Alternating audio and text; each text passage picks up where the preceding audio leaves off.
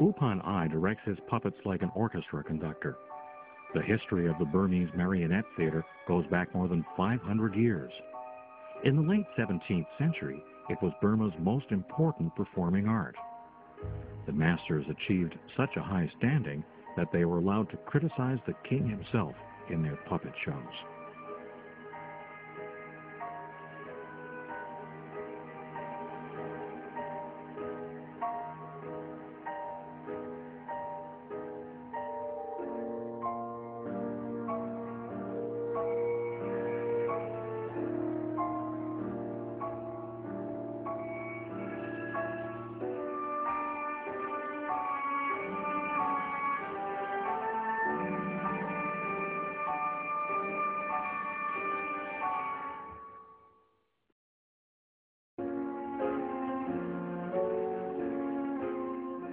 After the fall of the Burmese Empire, the marionette theater lost its royal patronage and had to compete with other forms of entertainment, such as dance theater and later cinema and radio.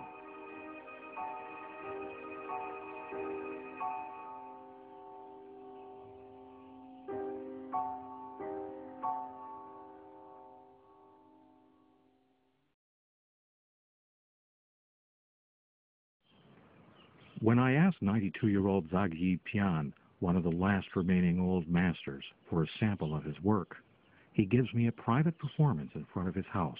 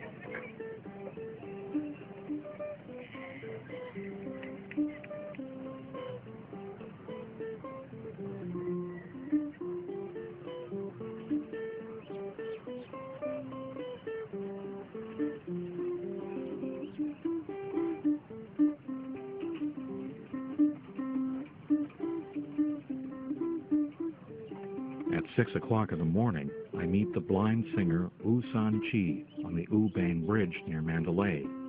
He comes here every morning to play and sing.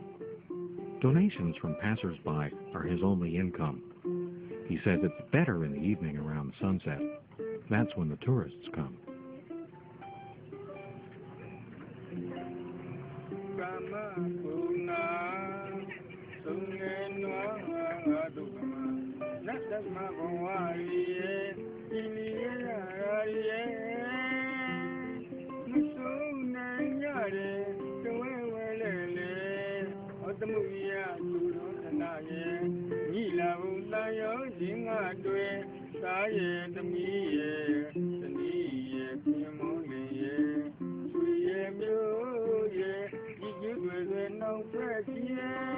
Myanmar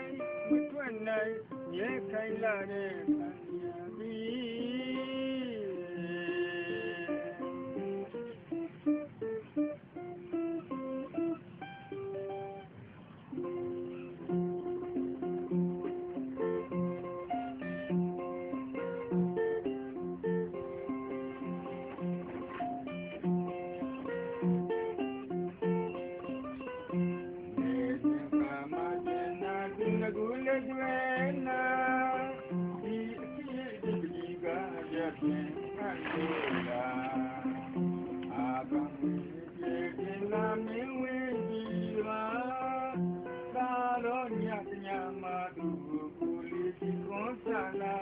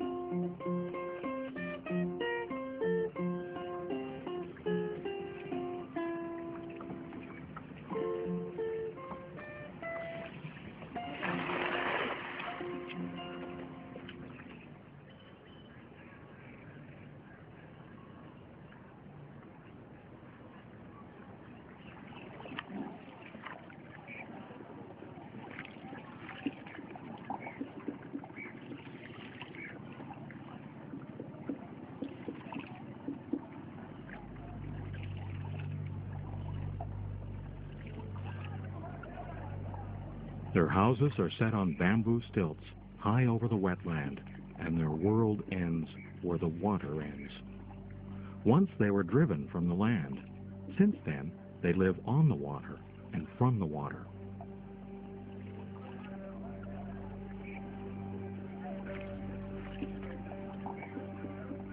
Ko Kyo Te says he learned to row shortly after he learned to walk. He became a fisherman just like his father and grandfather.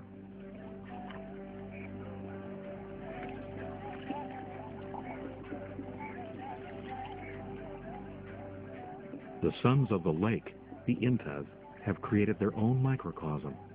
Their life on Inle Lake is led according to the gentle rhythms of the water.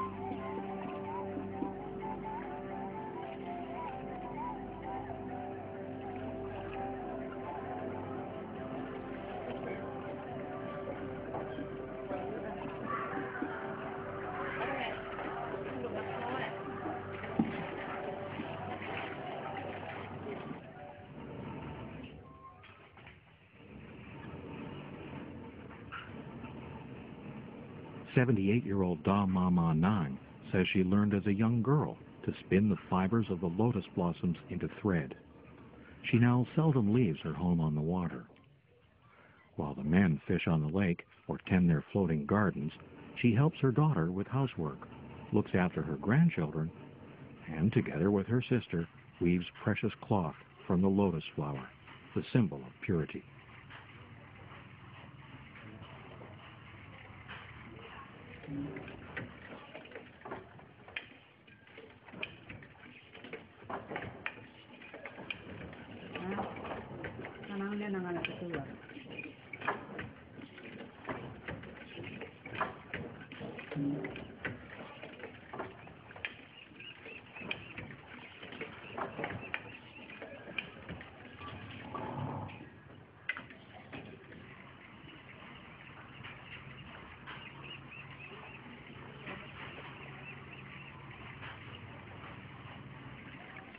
Time is measured according to strokes of the oars.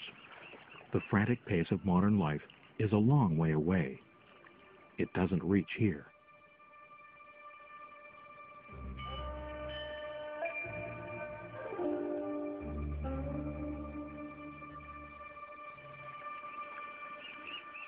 Uko rows every day to his floating tomato beds.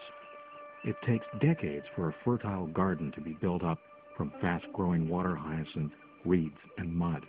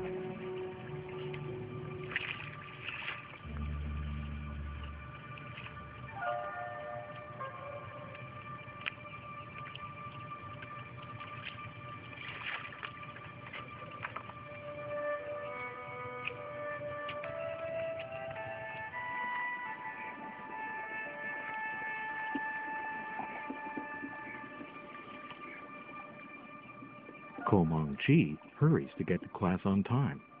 Education has a long tradition here. Along with state schools, monasteries provide education not only for novices, but also for other children.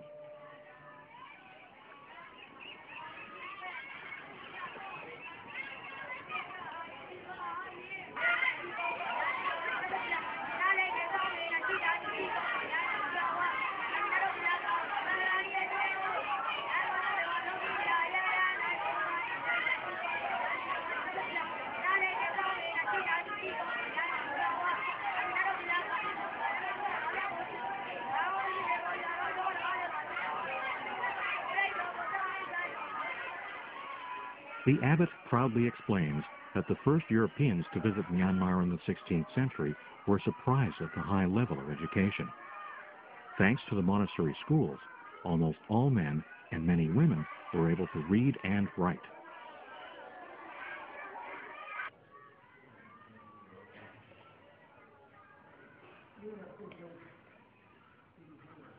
I meet Ko Mang Chi and his friends after they'd been for 4 weeks in the monastery. The boys have been practicing, and they've learned their place in the hierarchy of the religious community.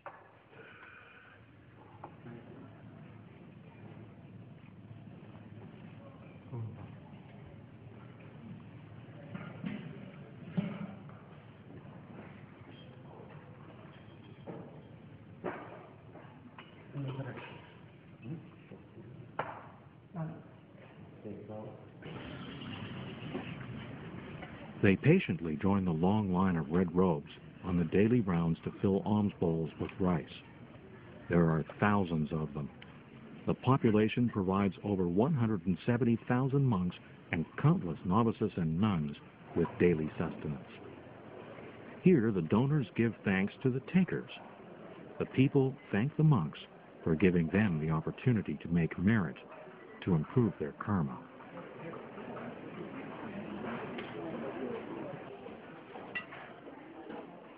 And this, too, is part of Buddhist life.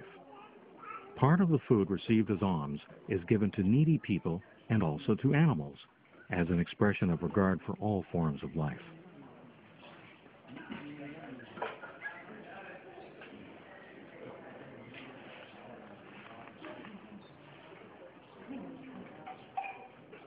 It is a land embodied in the austere rust red of the monks and the bright pink of the nuns. A land of contrasts and contradictions. A land which barely belongs in our modern time, where values from another, more peaceful era are still maintained. An era which I had believed had been lost forever.